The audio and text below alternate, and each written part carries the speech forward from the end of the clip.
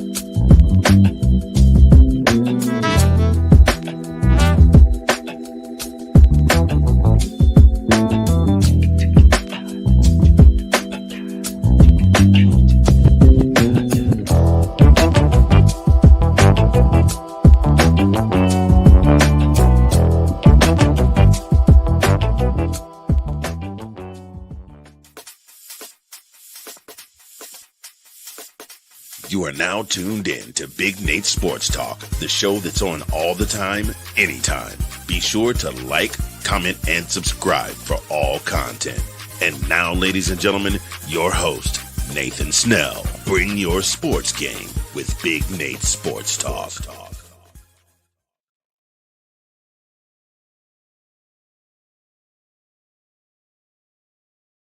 Bought in. Give me the upset. I'm taking the Iowa Hawkeyes 86 to the South Carolina Gamecocks 82.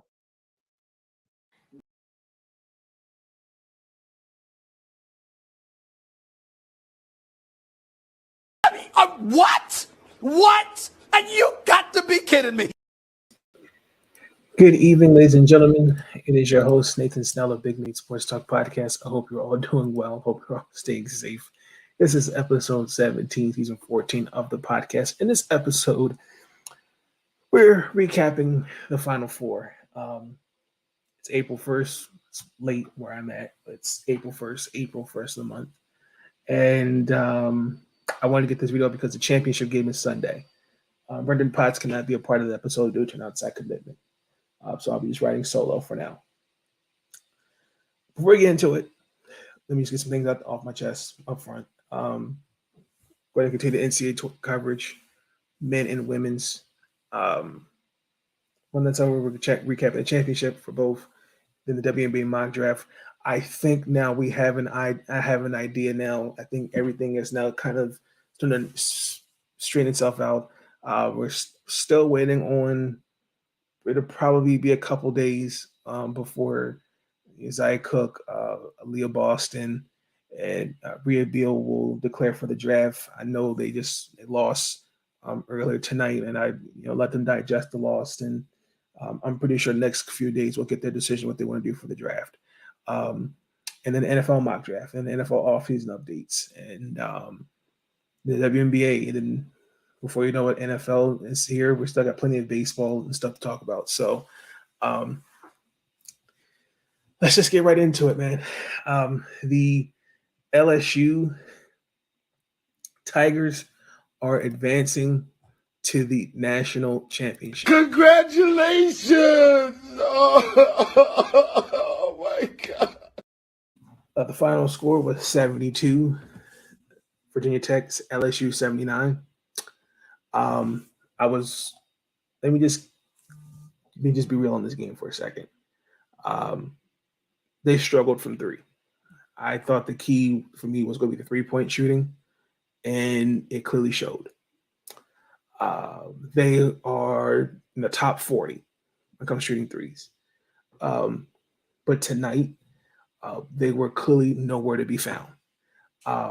Georgia Amore, who to me is their key player, the 3-point shooter, to me their best 3-point shooter, struggled. She missed the first 5 of her 6 threes.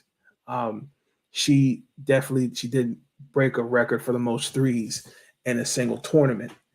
But by the half, out of 16 threes they took, they missed 12. And that is not going to win you any I mean, this is basketball some games. bad stuff. I don't know what I'm going to do. I don't know what I'm going to say. I don't know what I'm going to do. I don't know how much more of this I can take. I just don't know. This is ridiculous. Oh, Lord. I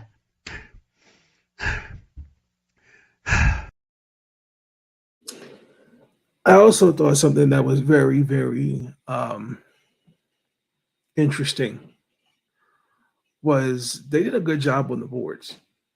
There's a couple of runs that they gave them a lead, particularly in the halftime. They were up 2, and there was a 6-0 run where they were up 7 and going into the third.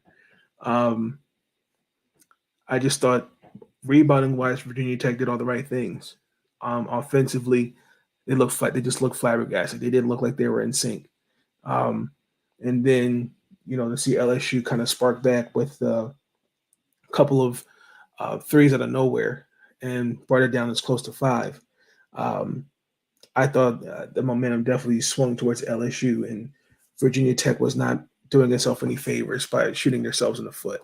And then the fourth quarter, that's when I knew the game was lost for Virginia Tech. I think it started with their defense. I just don't think you could beat Virginia Tech just shooting the ball. I think the adjustments give Kim Mulkey credit on what she did on both sides of the ball, on the defense side of the ball, excuse me.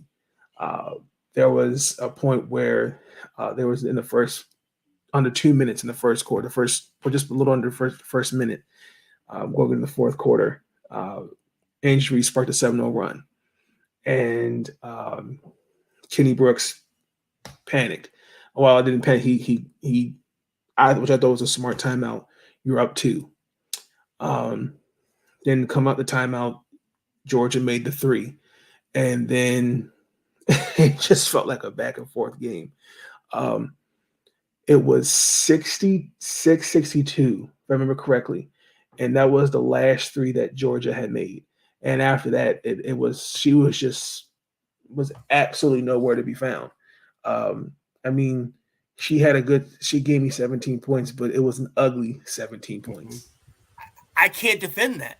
What do you want me to say to that?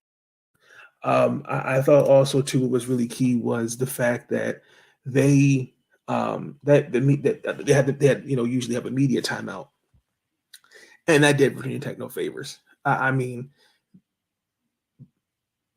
by then they were up 10 with under 3 minutes left. I mean, the first 8 minutes of the fourth quarter, just one field goal. That's not winning you basketball games. I mean, say what you want. I mean, they made all the adjustments. I just think it just was not just no adjustments in the late fourth quarter. This is the same LSU team that's been struggling, particularly against the zone. It's shown they've only made a total of 17 threes.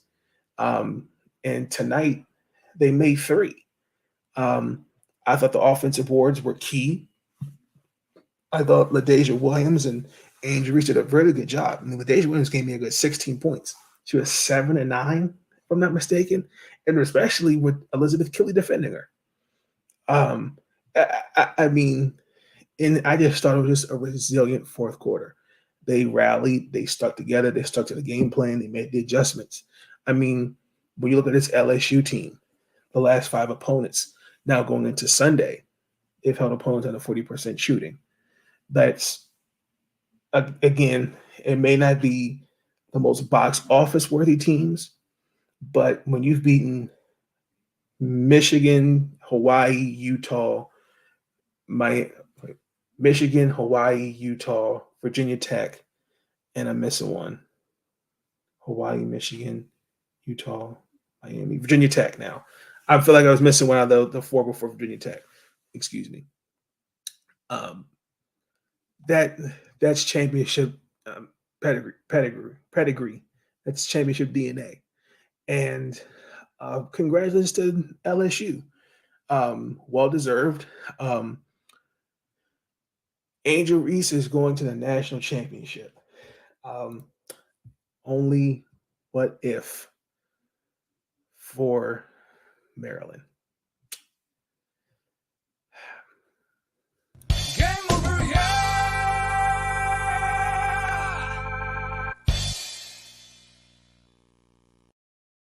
Congratulations to the LSU Tigers. Congratulations to Kim Mulkey. I'm really happy for Angel Reese. I can really see the growth in her game through all the things she's been through, the criticism that she's gotten this year. She still goes out there and plays her ass off. If you told me this is what it would be like after transferring from Maryland, I would have said you're crazy. And I'm just proud of the work that she's put in, and she's representing the city of Baltimore, more importantly, the state of Maryland as well. For me, she'll always be a Terp at heart. I'm happy for her. And I cannot wait to see her in the national championship. Before we get into the next game, painfully, let's bring in a sponsor of Big Nate Sports Talk podcast, and that is Zagnif Apparel. Ladies and gentlemen, do you want to dress like you're famous? Then why don't you check out Zagnif Apparel LCC, where you can dress like you're already famous. Here is a quick commercial. The following is a presentation of Zagnif Productions, LLC.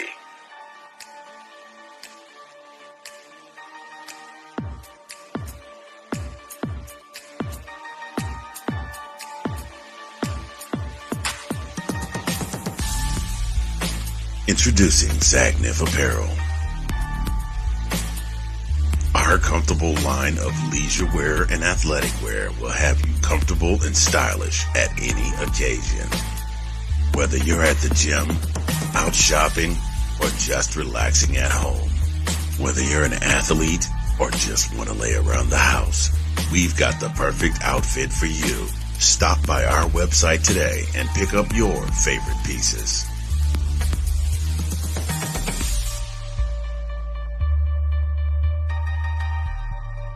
Zagnif Apparel. Dress like you're already famous. And you can most certainly dress like you're already famous with a nice 15% off using my code Big Nate. Again, thank you to Zagnif Apparel for being a sponsor of Big Nate Sports Talk. And again, ladies and gentlemen, please consider checking out Zagnif Apparel LCC. Great, great merchandise.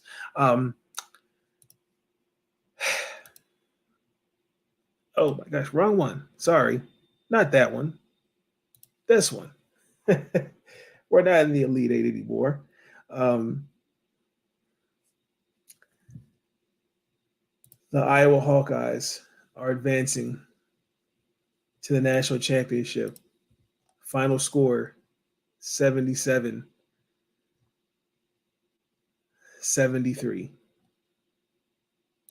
What the hell was that? Hey, what the hell? You freaking kidding me?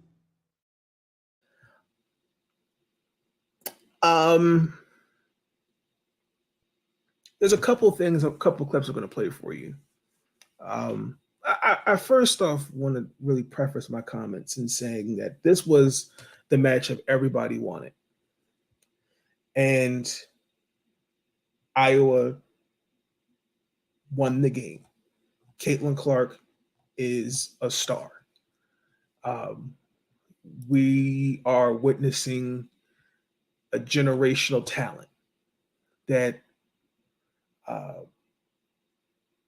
I think has made an impact on Iowa, the basketball program.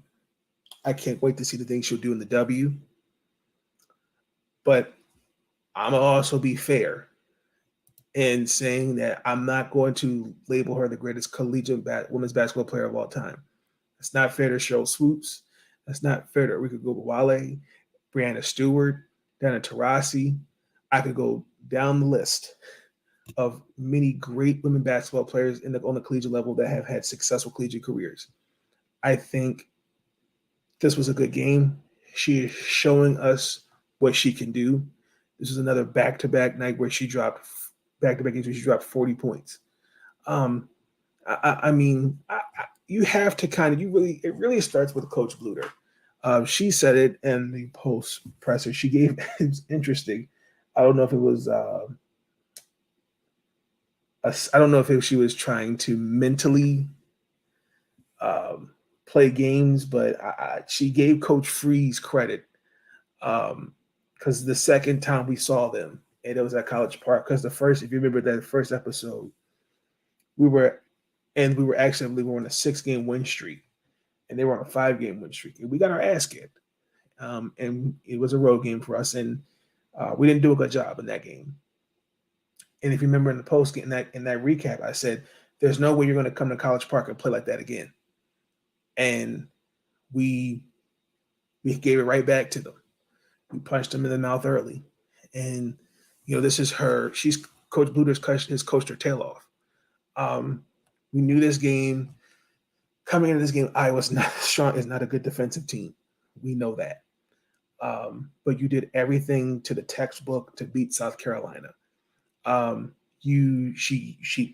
They dared South Carolina to shoot the ball to the point where you had Caitlin Clark, which I did not like it because it is kind of, to me, you should always have respect for your opponent. Waved off Raven Johnson like, you can go ahead and shoot it. We know you ain't gonna make it. And Raven Johnson was 3 of 6 from 3. She dared them to shoot the ball, and I had no problem with that. She knew that South Carolina owned the paint. And I definitely thought they did a good job in spacing the floor. But I'm not going to also ignore that Monica Sanano and Hannah Sulky, Hannah Warnock, and Gabby Marshall also did little things in this game. They did all the right things. 18 points from Monica Sanano, 6 of 8 from the floor, 100% from the free throw line. The challenge of beating a team that's 36-0 coming into this game, that's not easy. And they all took this. When the light shone the brightest, they were ready for this moment. And McKenna Warnock, I thought that rebound is going to actually, I'm going to be honest with y'all, it's going to give me nightmares for a few days, because with 14 seconds left, that rebound was the game changer. Had it grabbed the rebound, I think South Carolina would have had a chance, and they didn't. So congratulations to Iowa. If you're South Carolina, I thought, to me, their first quarter was just, it was quite disappointing. Let me say it like that. Iowa punched him in the mouth. I really couldn't find anybody other than Zaya Cook. She was 4 of 8, 9 points in the first quarter. I mean, compared to the rest of the starting 5, they were 2 of 10 of shooting the ball with 4 measly points. I mean, this is some bad stuff. I don't know what I'm going to do. I don't know what I'm going to say. I don't know what I'm going to do. I don't know how much more of this I can take. I just don't know. This is ridiculous. Oh, Lord. I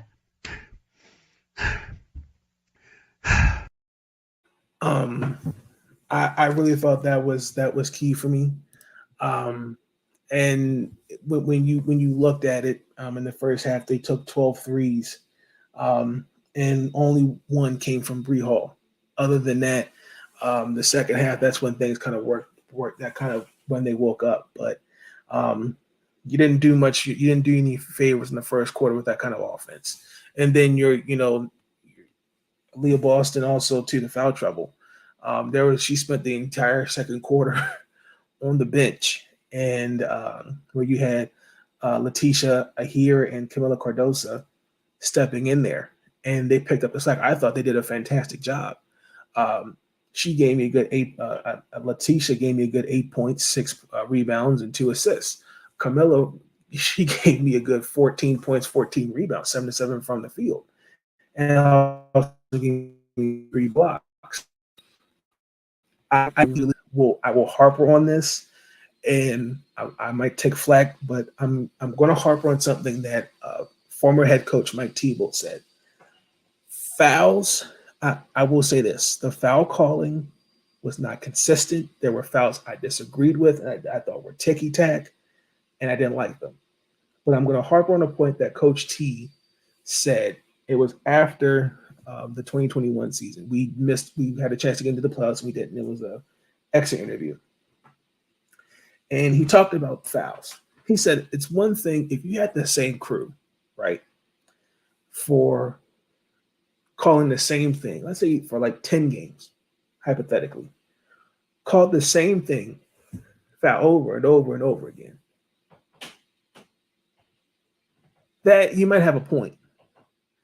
But if it's a different crew, because let's keep it, each officiating crew is different. They have their own calls. These referees, they have their own, every officiating crew is different. There were times where I'm watching them, like I use Maryland as an example. Maryland was getting roughed in the inside. There were a lot of questionable calls I didn't see. But the same thing I could say for Maryland. Maryland was doing a lot of hacking. Maryland was doing a lot of grabbing. There was some stuff Iowa was getting away with. South Carolina didn't have that benefit. Some of those fouls, I agree, were ticky-tack. And the referees definitely leaned towards Iowa. But I'm not going to say fouls were the reason you lost. I mean, how many missed free throws, late turnovers? I mean, I thought having Fletcher and Victoria Saxon out there was not the smart decision to do. I didn't like that move at all. I still really, I can't really fathom my head around that. I'm trying to figure out why would you put him out there early third quarter. I thought the lineup you had out there was Zaya, Bria Bill. Bria Bill should have got more minutes to me. Did all the right things. It just, those are some very questionable defense coaching decisions. But I'm not going to sit there and put all of that on the fouls. Defensively, South Carolina, that has been their calling card all year. This is the number one offense you're going up against, and they broke down that system. The pace, high volume of shots from three. I didn't see any adjustments. Now, I will say this. What Dawn did on Caitlin was smart. She put 9 different players on her. It was a rotation of fresh legs. And you could tell Caitlin was exhausted. But she finished the game 5 of 17 from three. And she was 15 of 31 from the field, 41 points. I mean,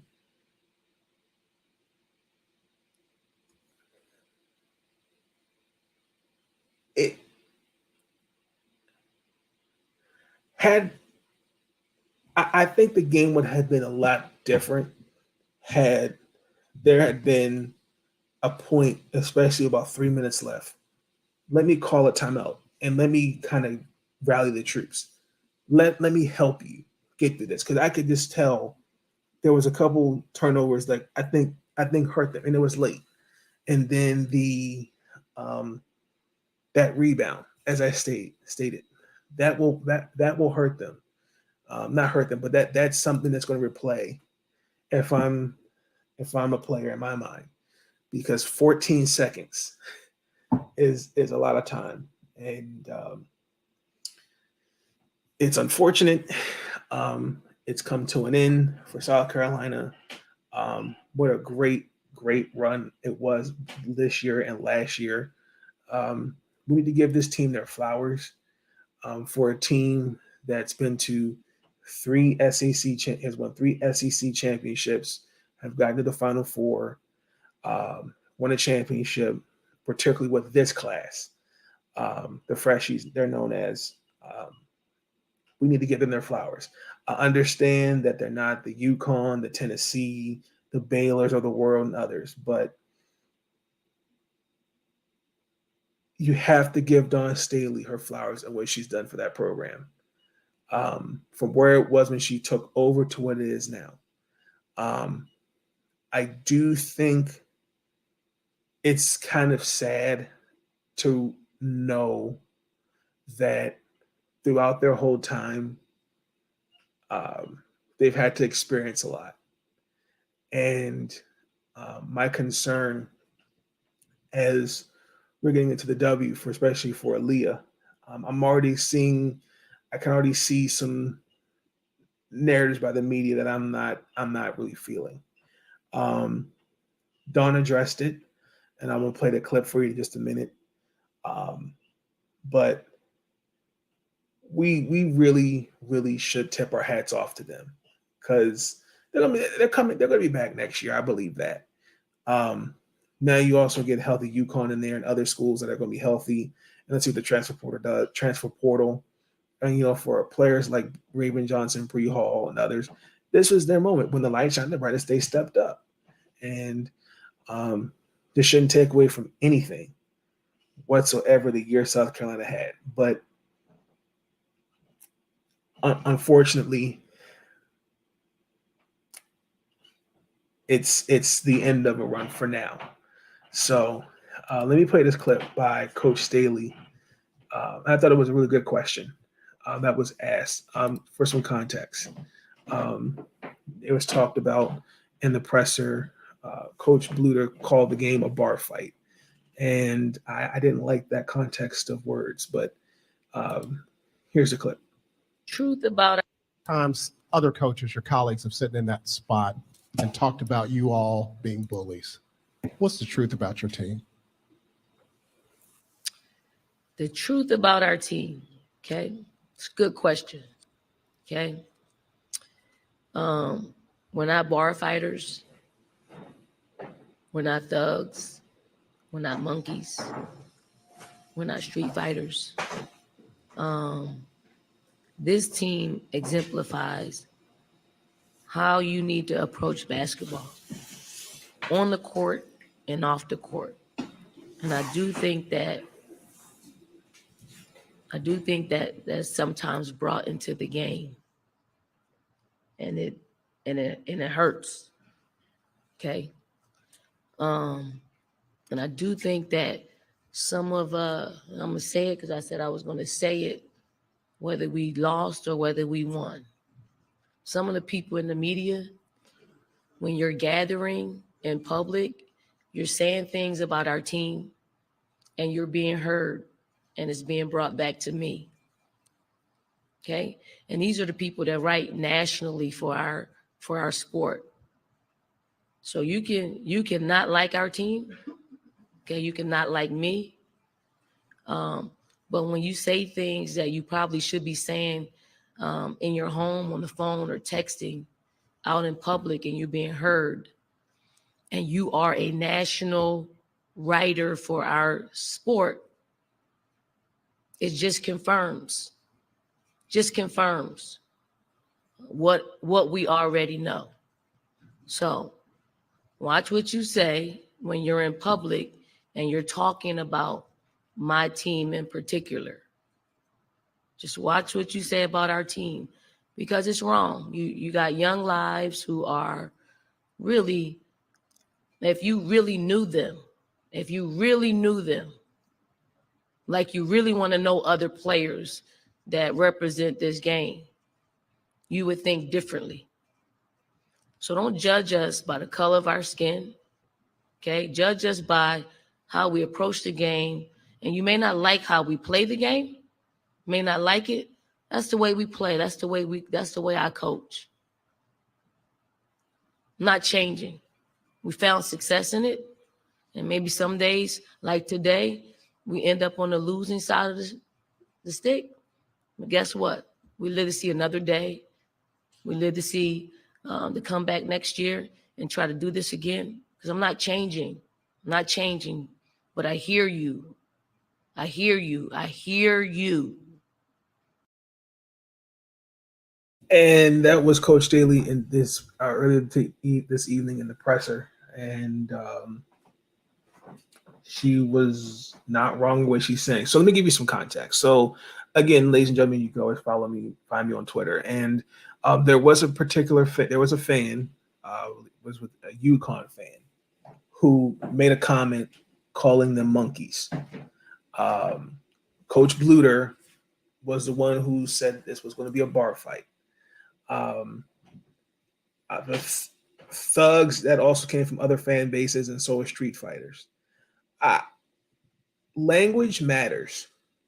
And instead of saying this is a bar fight, you could have said, well, this is a good game we should expect. Now, I'm the first to be honest and say here, I'm not going to sit here and say I'm perfect when it comes to calling games. Like I said, oh, this is a blowout. Oh, this is easy. This team's trash. I'm learning that language matters particularly when we're in the media and you can change the narrative. And it's kind of sad to know when a head coach has to call out this has to call this out, and she didn't have to give names, but she knows who it is. And I applaud those on social media for coming to the defense of Dawn and speaking up. But it's just really sad that to know that these young women for the last 4 years who have had an impact on and off the court, particularly in South Carolina, and what they're doing for the game of basketball, have not truly gotten their respect. And it's going to take a lot of work. And I hope that what Dawn said starts a conversation of just appreciating greatness. That's a good basketball program, whether people like it or not. And they're not going anywhere for any time soon. So my hat's off to South Carolina. Tough way to end your season. It stung because playing them twice and particularly getting this past Monday is damn, that's a really good basketball team right there. And watching the first time, we hung in there for 3 quarters. Talk about the Maryland Terrapins, and it's damn. So, what a great Final Four. But LSU and Iowa are heading to the national championship. I am going to play a clip. And I'm also really quick. I'm going to leave a thread by one Ariel Chambers, who is a huge advocate, who's the founder of Highlight Her. It's a women's sports TV talk show. And she does awesome interviews. She made the Forbes under 30 list, and she talks women's basketball. Just highlights the women's game. I'm leaving her thread. She really gave some great thoughts that really made you go, like Arsenio Hall. And I encourage you guys to look at that, because I appreciated what Aaliyah Boston did, a leader in defeat, a leader in victory. Even watching her in the post coverage, because I have access, because since I covered Maryland, this NCAA tournament, seeing Aaliyah break down in tears tonight. The question, I'm basically paraphrasing, but what has Dawn meant to her as head coach? And I'm just paraphrasing it. And she said, Dawn was like a second mom to her. She broke down in tears. She didn't want any pictures taken because of the past. We all know that 2021 photo of her circulating and crying, which I thought was very disgusting, how the media dragged it to the point where you had fans literally be in spaces and saying, please stop showing that. And I understood where the thread was coming from. So I encourage you to really check the thread. I'll leave that in the description. But let's get into the final message. I'm going to end it off with a really thought-provoking video by Chris Williamson, who is a journalist. He is on, gosh, I can't think of it. I know he does. He's a freelancer right now, Amazon Prime Video now. So he also played football for Syracuse. So I'm going to play something that's very thought provoking by him in Final Message. So, ladies and gentlemen, here is the message. And incoming message. Thoughts are running through my mind. Someone took some time to find a minute or two to organize. Before I end the video, I would just like to say thank you for tuning in to this episode. Congratulations for all 4 teams. What a successful year each and every one of you've had respectively. The national championship should be interesting. Like I said, Brendan Potts could not be a part of that episode due to an outside commitment. I will record that video tomorrow afternoon-ish, which is Saturday. So please like, comment, and subscribe for future content. Thank you for the support you're giving me in this YouTube channel. We really quick, before we get in the final message, I know I've been blabbering. We have decided that going forward for a little bit, we're going to continue to record videos. We haven't decided about going live. We're probably going to go live probably every so often, depending. But we will continue to record the videos for now.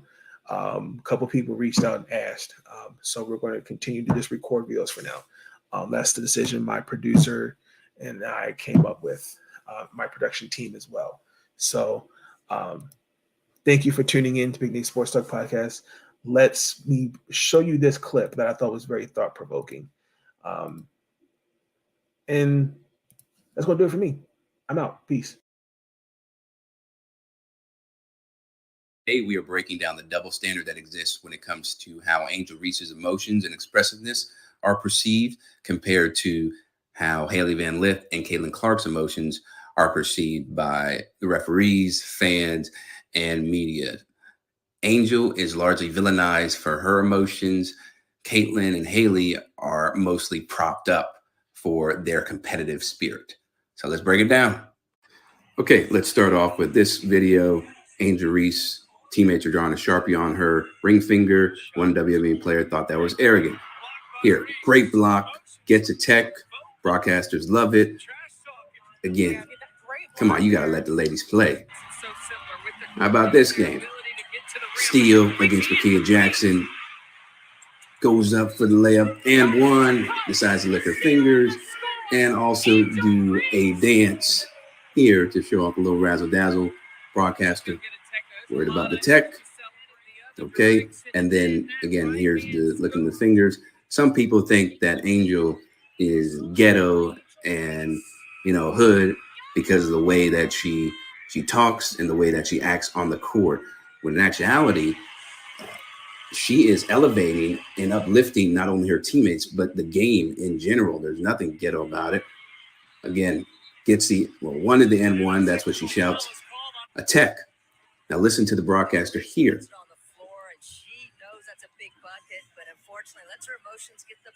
Lets the emotions get the best for her.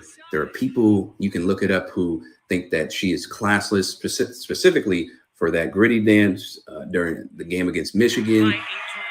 They do not believe that she respects the game like it should be, and that's just patently false. She doesn't do it your way, but she is nothing like that. Okay, now let's look at how Hailey Van Lith and Caitlin Clark are perceived. So here, big play, Hailey Van Lith clapping, trolling the Texas bench. Broadcasters love it. Doesn't get a tech called. There's Caitlin, you can't see me, complaining to the refs, pumping the crowd up. How about this one?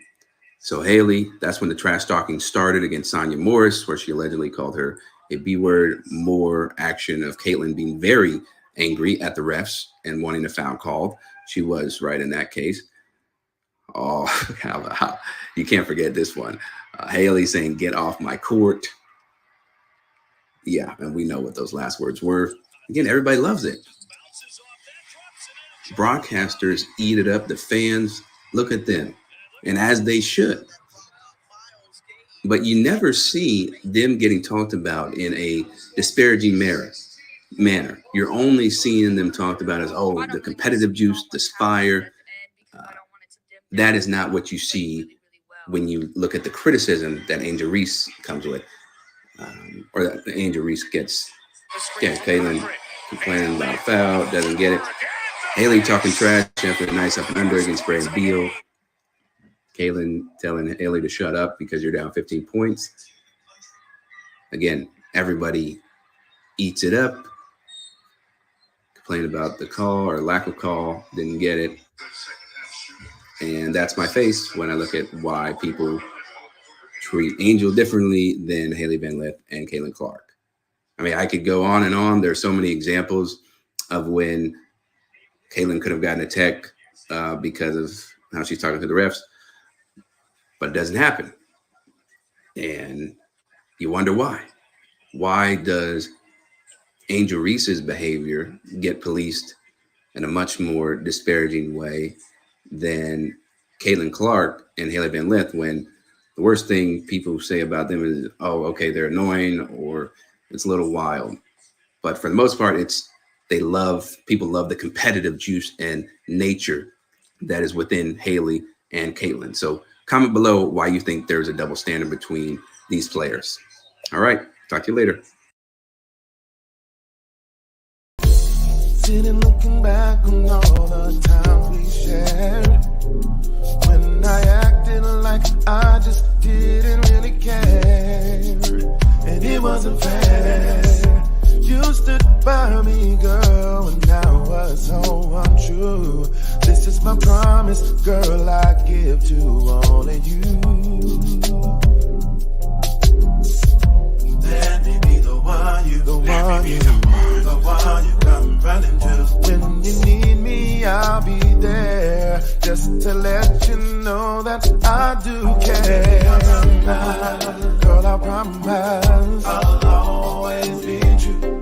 Baby, I promise that I'll be right here for you, no matter the problem, baby. I'll be by your side, 'cause the love we share can never.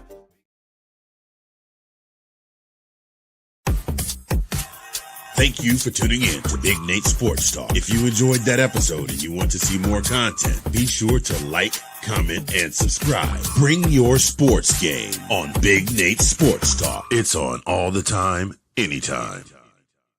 I wanna thank you. I wanna thank you, yeah. I wanna thank you. Ooh. For all the times you put up with me. Thank you. And you helped me retain my sanity. Thank you. I wanna thank you. And I wanna thank you. All I wanna do is say thank you for everything.